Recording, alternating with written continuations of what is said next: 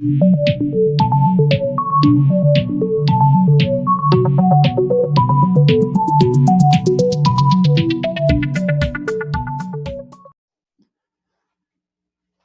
again, we're here for another unit. This week we're covering units 13 and 14. It's all about jobs. I know that's a big issue that everyone in university faces. Today we'll cover units 13 and 14. Usually this unit is done live, so we have a job fair, we do a lot of practice with language, but unfortunately, because of COVID-19, we'll just have to practice this within the chat room. It should be still pretty interesting what we can cover. Here's the vocabulary for this week. Now, there's a lot to cover here and you can learn a lot from this vocabulary. Check it out and try to fill it into the blanks. You can ask me within the chat about specific vocabulary, and I'll try my best to answer. Next up, we've got... Oh, I forgot the last question here. We're going to discuss the bottom question here. Take turns describing your long-term and short-term goals. This is a very common job interview, and we're going to discuss it pretty well too. When we're in this week's speaking point, we're going to talk about career plans. We're going to mock interview each other and practice a lot. You'll have many chances to speak to each other about your plans for the future and what you plan to do after university. So we'll do a little back and forth. Use your dictionaries to find out about different job titles. This week we're also going to talk about several matters related to body language, common interview questions, how to answer, and we'll try to do a little job fair within our groups, within our teams. We'll practice interviewing each other and have a little fun with that. First of all, it should be noted that body language is actually very important. Without proper body language, there's a chance you may not get the job. Why do I say this? Well, body language can be really important overall, so I think you should take it into account. Okay, let's get into it. Look at the picture and decide if people will get a job or not. For example, let's say you give a weak handshake. A weak handshake is a sign that you're not very confident about yourself. A good handshake is something a little better. You should walk right up to a manager, make eye contact, and smile. Make sure your handshake is firm, but don't crush their hand. Palm-to-palm contact is best, with locking thumbs so the manager can feel the pressure you apply. What about this person here? We say invading personal space. You should be respectful of the hiring manager's personal space. Do not stand too close and no hugs or kisses. Although that's common in some countries, it's not in Korea and many other international countries. Does anyone have an interesting experience with this? Tell us about it within our check room this week. What does crossing your arms mean? I will bring up this question in our chat. That can make you look defensive or uncomfortable. It might be better to gesture with your hands. This is a better way to make people aware of what you're thinking. What about playing with your hair? Do you think that will be good or bad for body language? Well, playing with your hair is a stress comfort cue that can make you look pretty childish. You don't want to distract the hiring manager with this body language mistake. How about poor posture, leaning over or slouching, not really paying attention well? Just straighten up, sorry. Good posture is a good sign that you are prepared for a job. Poor posture can make you look confused or even dishonest. Now, the real meat of this week, what you really need to know, is about common interview questions and how to respond to them. I'll detail some common questions and give you some tips.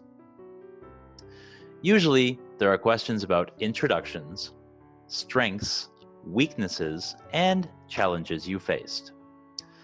We're going to practice this very well within our chat. Introduce yourself and then answer the question, tell me about yourself. What to talk about? Well, it's important to talk about your name, your education, your experience. It's not really good to talk about your hometown, your religion, your hobby. These are kind of off the table. Those are personal things, so you don't have to mention them too much. You can also talk about qualifications. Qualifications mean what makes you perfect for the job. Here are some model sentences that you can use to practice.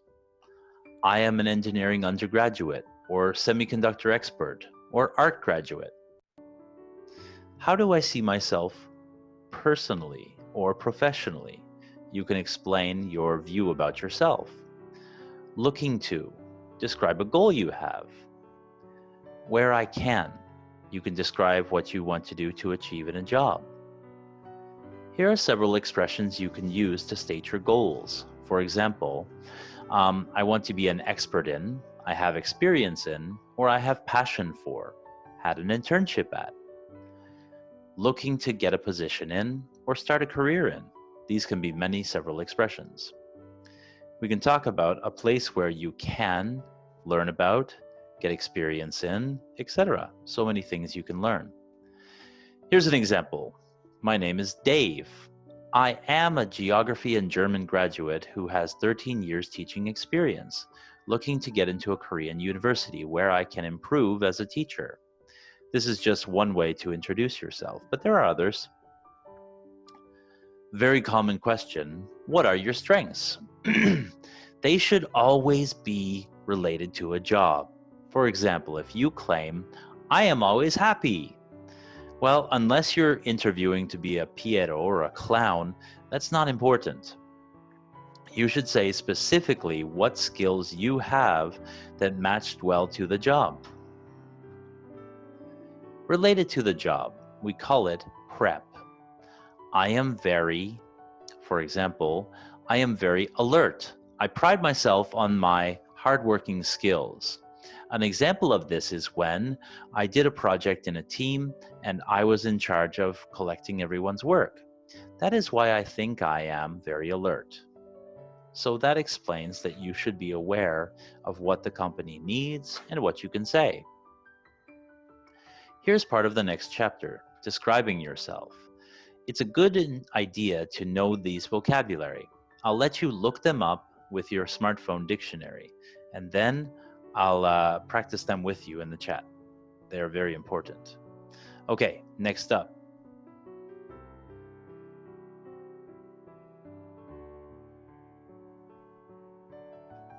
Sorry, my computer just froze. You're going to use these type of expressions to detail information about yourself. So let's practice. Always relate it to the job. Let's say you're talking about wanting an engineering job. I am a very responsible and detailed person. It is easy for me to spot a problem and plan a complex solution. An example of this is when our team was asked to design a new system for our computer network. I analyzed the problem and designed a network that worked. Okay, simple question and a really complex but well done answer. This is one question that people fear. What are your weaknesses? Well, you don't have to say something bad. For example, I'm a perfectionist, or I try too much. This is not very honest and it makes you look insincere or fake. Be honest, show them what you're trying to improve, and again, relate it to the job. The next part of the interview is very common. They call these behavioral questions. These are experiences that you've had over time. For example, give me a specific example of a time when you were creative or resourceful. Tell me about a time when. Describe a time when. What is the biggest challenge that you faced? These expressions will come up and people will ask you questions related to them. Give me an example of how you worked in a team. When I was trying to achieve a certificate in IT, I needed to learn about Microsoft Word, Excel, and PowerPoint. I contacted the other students and made a study group. I created a study schedule for our group and we worked together, sharing our knowledge. So after 3 months, we all knew how to use Microsoft Excel well.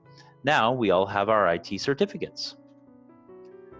Okay, there's also examples that I'll let you read on your own of a time when you made a mistake or when you disagreed with someone. These are very common. You're going to practice in our group chat this week. So first of all, make sure that you know the different phrases and choose questions you can ask each other. We will role play with groups, small groups or small team. And like I said, lastly, we're going to do a role play at a job fair, imagining that you're a company hiring people. So we'll set up kind of interviews within our class. Okay, well, that's it for the PPT this week. Thanks for staying and paying attention, and I'll get to see you guys tomorrow or the next time in class, okay?